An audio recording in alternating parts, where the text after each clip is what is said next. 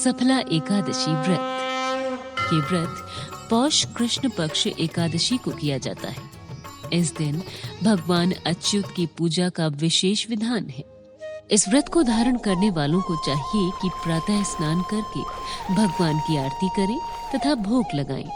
ब्राह्मणों को तथा गरीबों को भोजन अथवा दान देना चाहिए। रात्रि में जागरण करते हुए कीर्तन पाठ करना अत्यंत फलदायी होता है। इस व्रत को करने से समस्त कार्यों में सफलता मिलती है, इसलिए इसका नाम सफला एकादशी है। सफला एकादशी व्रत कथा। चंपावती नगरी में एक महिष्मान नाम का राजा राज्य करता था। उसका बड़ा बेटा लुम्पक बड़ा दुराचारी था। वो मांस, मदिरा, परस्त्री गमन, वैश्याओं का संग इत्यादि कुकर्मों से परिपूर्ण था। पिता ने उसे अपने राज्य से निकाल दिया। वन में एक पीपल का वृक्ष था जो भगवान को भी प्रिय था। सब देवताओं की क्रीड़ा स्थली भी वहीं थी। ऐसे पतित पावन वृक्ष के सहारे लुम्पक भी रहने लगा, परंतु फिर भी उसकी चाल टेढ़ी ही रही।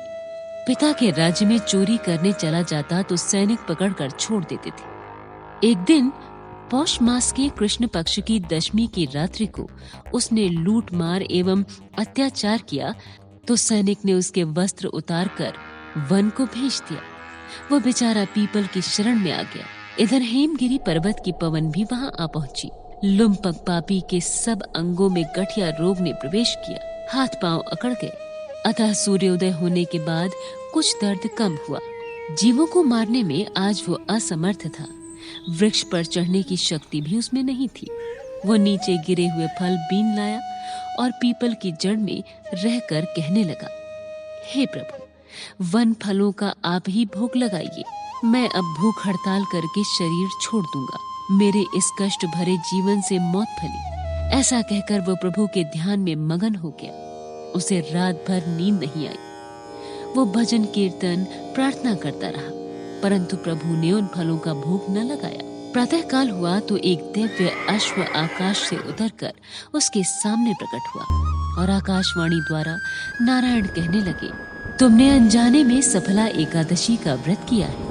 उसके प्रभाव से तेरे समस्त पाप नष्ट हो गए। अग्नि को जान के या अनजाने में हाथ लगाने से जल जाते हैं, वैसे ही एकादशी भूल कर रखने से भी अपना प्रभाव दिखाती है। अब तुम इस घोड़े पर सवार होकर पिता के पास जाओ, तुम्हें राज मिल जाएगा। सफला एकादशी सर्व कार्य सफल करने वाली है। प्रभु आज्ञा से लुम्पक पिता के पास आया। पिता उसे राजगद्दी पर बैठाकर स्वयं तप करने वन को चले गए। लुम्पक के राज्य में प्रजा एकादशी व्रत विधि सहित किया करती थी। सफला एकादशी की कथा सुनने से अश्वमेघ यज्ञ का फल मिलता है।